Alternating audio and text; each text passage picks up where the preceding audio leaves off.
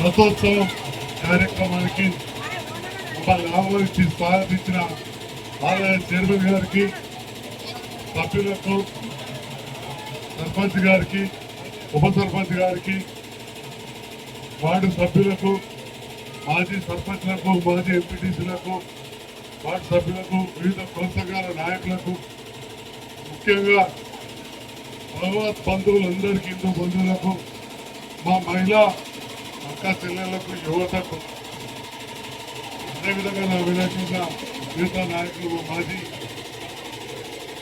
గారికి, మిగతా మిత్రులందరూ కూడా పేరు పేరున హృదయపూర్వక నమస్కారాలు సమర్పిస్తుంది. అదేవిధంగా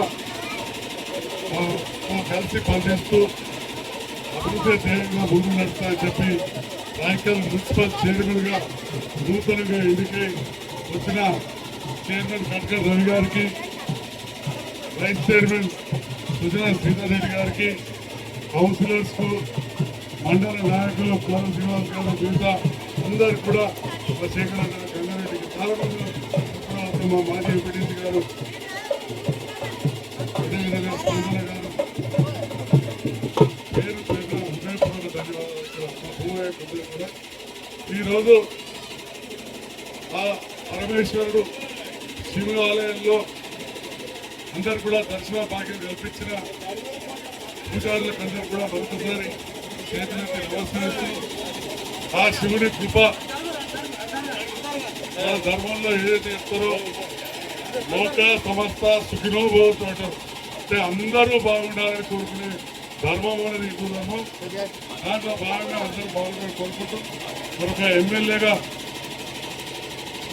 కొందరు గెలిపించిన వాళ్ళు ఉంటారు, కొందరు అపోజిషన్ ఉంటారు. కానీ ఏదైనా శాసనసభ్యులుగా నేను అందరికీ ఎమ్మెల్యేనే కాబట్టి సరే తప్పకుండా అభివృద్ధిలో ఆ శివుని ఆశీస్సులతో నిరంతరం సేవ చేస్తానని చెప్పి తెలియజేస్తూ, ఇంతకుముందు కూడా అప్పుడు చైర్మన్ భూమయ్య గారు మిగతా సభ్యులు పోయినప్పుడు కొంత డబ్బు ఇవ్వడం జరిగింది. ఇక్కడికి ప్రభుత్వ పక్షాన మళ్ళీ కాపాడు లేదు, రోడ్డు మీద ఉన్నట్టున్నది, 5 లక్షల రూపాయలు మంజూరు ఏమన్నారు. తప్పకుండా గౌరవ ముఖ్యమంత్రి రేవంత్ రెడ్డి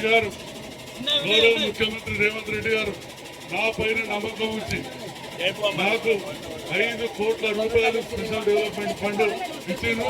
దాంట్లో నుంచి 5 లక్షల రూపాయలు శివాలయానికి మంజూరు చేస్తున్నట్టు కూడా ఈ సందర్భంగా తెలియజేస్తున్నా. అంతకుముందు కూడా వేణుగోపాల స్వామి ఆలయానికి కూడా నిధులు ఇచ్చినాం. ప్రభుత్వం మారింది, సాగర్ రావు పనిచేసాడు.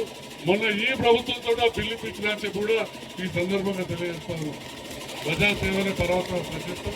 దాంట్లో ఆ శివుడి ఆశిస్తూ అందరి ప్రజల సహకారం ఉండాలని కోరుకుంటూ మరొకసారి సెలవు తీసుకుంటూ ఓం నమః శివాయ.